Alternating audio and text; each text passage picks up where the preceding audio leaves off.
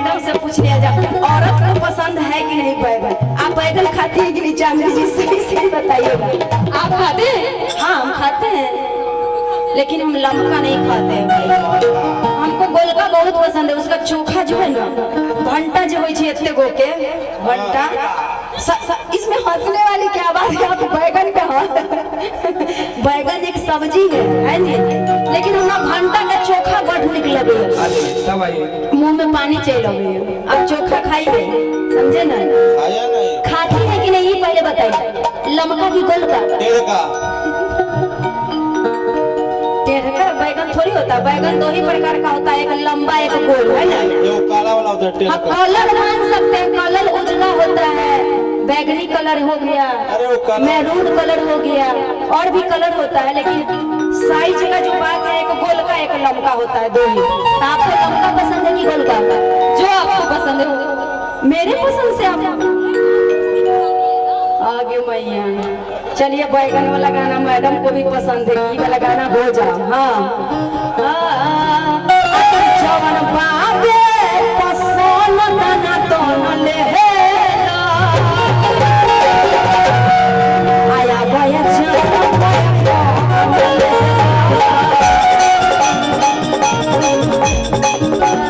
नया नया बन के आया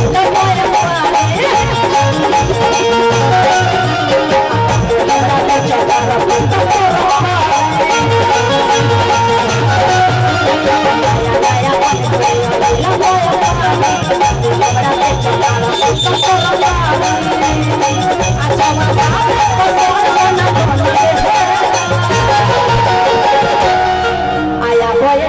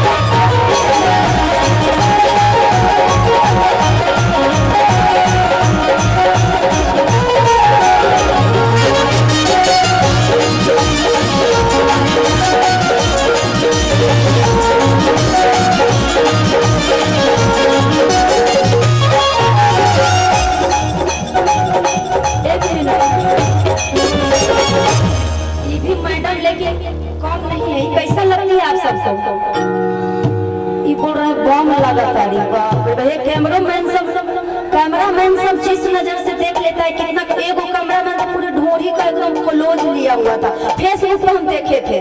अब उसमें थोड़ी पता चलता है कि आप में से कौन है, अपना नाम हम नहीं देते हैं, पूरे क्लोज था। बताइए तो वही टाइम पता चला कि 32 GB रैम है। हाँ बताइए, लड़कियां कहता रही आप बैगन खाती हैं कि नहीं मैडम? एलर्जी है इनको, एलर्जी है। चलिए भाई, और सब्जी खाती है ना? सब्जी खाना चाहिए, बड़ी फायदेमंद है। सब्जी छोड़िएगा नहीं, अपने भोजन में सब्जी जरूर लीजिएगा। बैगन छोड़ के सब खाती हैं? खाती सब है, बताती कोई नहीं है। ये कच्चा बैगन खाते तुम बंदा समझ गया। हाँ अरे कि हमारा के कहले सकुलिया में सरजी आये करा के खइला से होला आयला। अरे हमारा के कहले सकुलिया में सरजी करा के खइला से होला।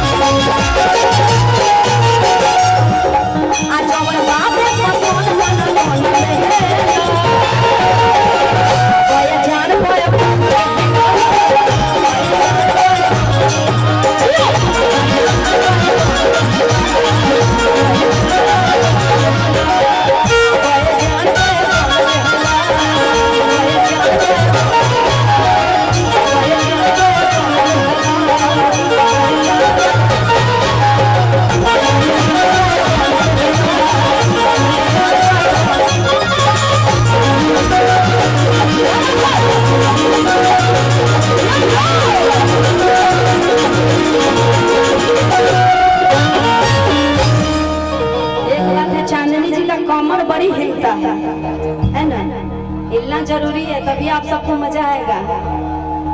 इसमें मांगने की क्या जरूरत है। एक गाना याद आ रहा है, रतिया के मौका दे, कब्बे से फरमाइश है, गा दे कि दूसरा गाए?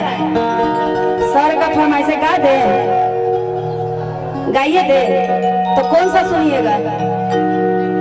थ्रेसर से भूसा निकल रहा है, बाप रे, डिमांड तो गजब गजब हो रहा है। भूसा का समय भी आ गया, यही वाला गाए सर? वाह। लेकिन आपको देख के एक गाना मेरा याद आ रहा है निकाल दीजिए भूसा। कि जान मारे तो